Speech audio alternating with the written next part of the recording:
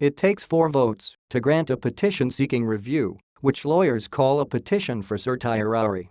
The administration also made 2 interim requests, asking the court to stay 2 rulings blocking parts of the travel ban.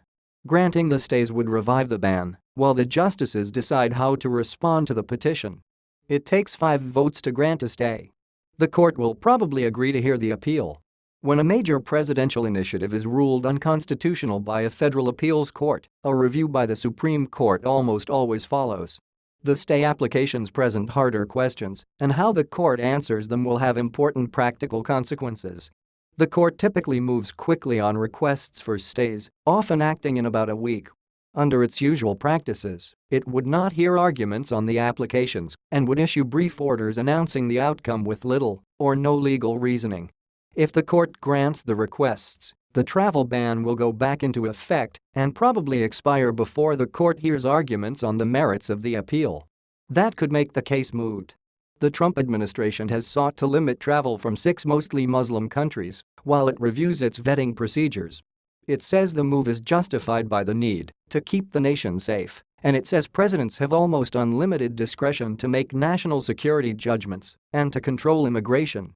People and groups challenging Mr. Trump's executive order say it was a product of religious intolerance and the culmination of his campaign pledges to institute a Muslim ban. They say that violates the First Amendment's prohibition of government establishment of religion, and several courts have agreed. In its brief urging the Supreme Court to hear its appeal, the Justice Department said the case was momentous. This order has been the subject of passionate political debate, the brief said. But whatever one's views, the precedent set by this case for the judiciary's proper role in reviewing the president's national security and immigration authority will transcend this debate, this order, and this constitutional moment. Karen Tumlin, legal director of the National Immigration Law Center, said lower courts had been right to reject Mr. Trump's order. Again and again, our nation's courts have found that President Trump's Muslim ban is unconstitutional, she said. We will continue to defend our plaintiffs' right to live free from fear of discriminatory treatment by the federal government. The case thus presents the Supreme Court with the opportunity to issue a major constitutional ruling on the scope of presidential power. But there are procedural wrinkles, and it is possible that the case will be resolved without a formal ruling. Federal judges in Maryland and Hawaii have blocked Mr. Trump's revised travel ban, issued in March.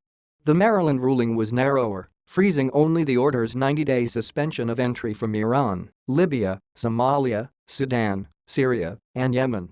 The suspension was needed, the executive order said, to allow the government to conduct a review of its vetting procedures.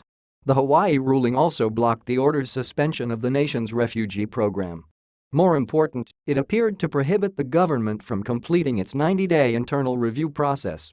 That part of the Hawaii ruling may turn out to be very important. If it is lifted, the travel ban could expire before the Supreme Court has a chance to issue a definitive ruling. Mark Tushnet, a law professor at Harvard, has urged the Supreme Court to focus on the Hawaii ruling. Grant the stay of the Hawaii injunction, thereby allowing the government to proceed with its internal review of screening procedures, deny the stay of the Fourth Circuit injunction, and do whatever the heck they want about the petition for certiorari, Professor Tushnet wrote on Balkanization, a law blog. The case will then almost certainly be moot by the time it's argued. Last week, the United States Court of Appeals for the Fourth Circuit affirmed the decision by the judge in Maryland, refusing to revive the part of the ban limiting travel from the 6 countries. The vote was 10-3. The United States Court of Appeals for the Ninth Circuit, in San Francisco, heard arguments last month in the government's appeal from the Hawaii decision, but it has not yet issued a ruling. Continue reading the main story.